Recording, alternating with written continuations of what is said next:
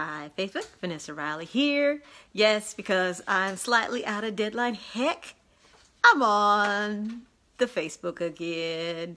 But anyway, just sitting back, for a moment before I jump onto the next project or come up with the next project. Just reflecting. I mean, it's literally 300,000 words written plus in the past 12 months. I mean, that in itself is I think pretty cool. Some of my friends, they eat this for breakfast.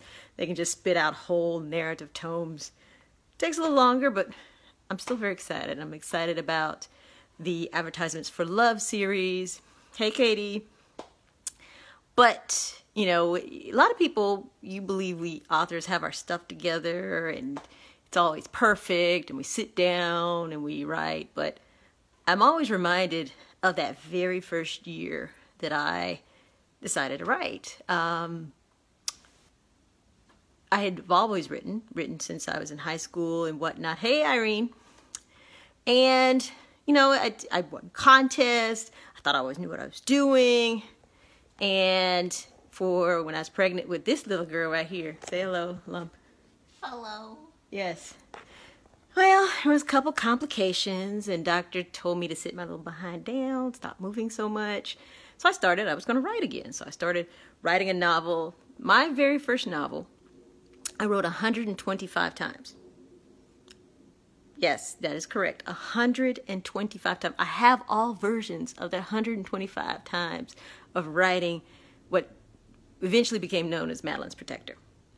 And even now when I look back and I'm like, ooh, I could really probably, write another 5, 7, 8 number of times and, make it even better.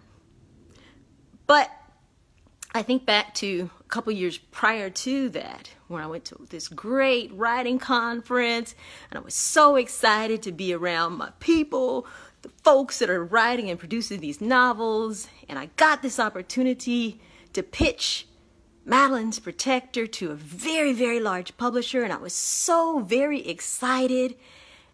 But they didn't accept manuscripts at the time from unagented authors. So I got one of the top agents in the world who was going to take a look at this and forward it through. And needless to say, was not up to snuff. I'll tell you that right now. It wasn't up to snuff at all. And that was disheartening because it was an opportunity. If I'd had my stuff together, this would be published by this really huge publisher. But the part that I took away was this. Hey, Alexis, this agent tried to give me some very good advice to help shape my career. And they told me, you will never get this. This is not for you. You've got some great ideas. You should partner with another writer who could be able to bring these ideas to fruition. And it'll also make it more marketable because what you're writing, Regency's not for you.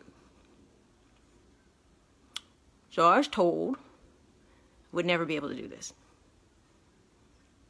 That's 16 books ago. By the end of the year, it'll be 19 books ago. I was told I couldn't do this. I'd never learn it. They'd worked with people like me before, and they'd never learned it.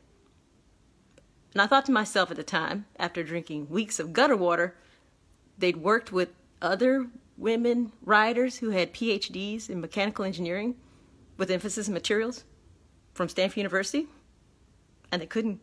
They just, I thought I was pretty unique. I'm being jokey, but I want to encourage you. If anybody tells you you can't do something, tells you you are not the one, you tell them that you can. If God put it in your heart to do it, you do it. You knuckle down, you labor, you write something 125 different times until it is right, and you keep moving. Because He's given you this vision. And there's nothing that anybody can say that can take away what God has for you. So just giving you guys a little shout out today to keep pushing, to keep doing what you need to do. Discouragement will come. And frankly, every time I get a letter from any editor who's looked at my stuff, I freak out just waiting to see what's going to be said.